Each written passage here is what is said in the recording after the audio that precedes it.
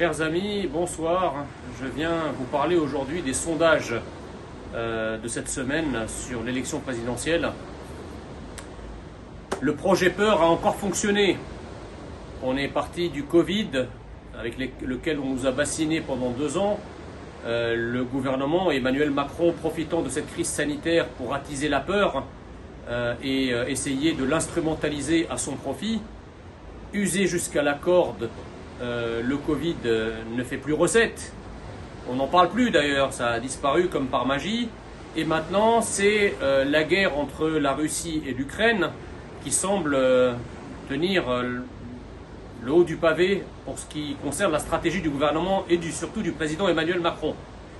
Vous voyez que depuis qu'Emmanuel Macron a introduit cette thématique de manière assez spectaculaire dans le débat présidentiel français, venant percuter la campagne présidentielle, puisque il nous annonce que c'est le retour de la guerre en Europe, il nous annonce que c'est une 3e guerre mondiale, il nous dépeint Vladimir Poutine comme le nouvel Hitler, face auquel il y aurait des Munichois et des anti-Munichois, un vocabulaire extrêmement martial, presque à faire croire que l'armée russe sera bientôt dans toutes les grandes villes françaises, à commencer par la capitale.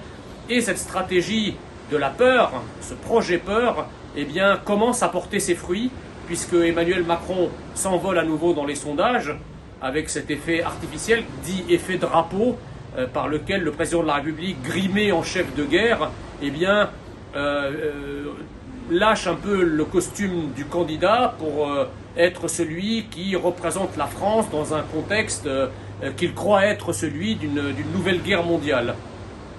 Moi je vous dis, ne vous laissez pas voler cette élection présidentielle. On va chercher à vous la voler, on cherche à vous la voler en mettant dans la campagne des thématiques extrêmement anxiogènes, qui font extrêmement inquiétantes, je veux dire, et avec lesquelles on veut faire croire que, en dehors d'Emmanuel Macron, point de salut.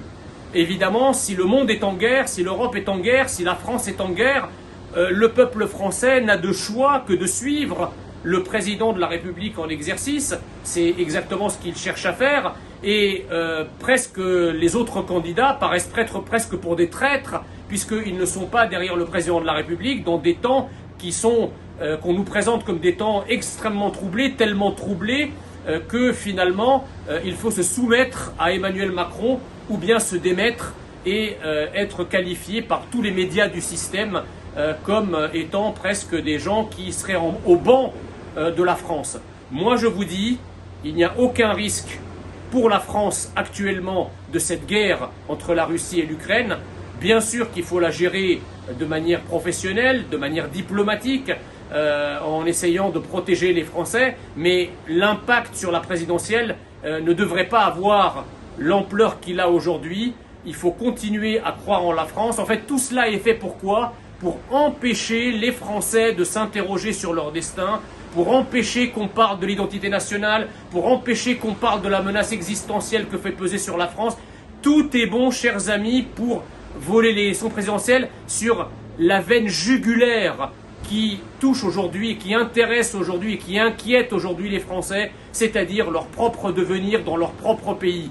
Eh bien, moi je vous dis que si vous voulez que la France règle le problème de la guerre entre la Russie et l'Ukraine, elle doit redevenir la France.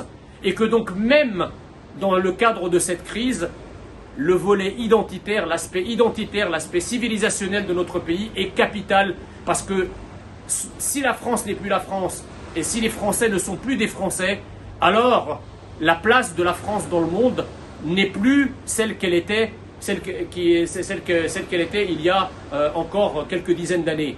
Donc il faut se ressaisir, ne vous en laissez pas compter, ne soyez pas victime de cette propagande infernale qui matraque sur l'Ukraine jour et nuit pour nous empêcher de nous réveiller sur ce que nous sommes, sur ce que nous devenons, sur le grand remplacement et sur le devenir de la France.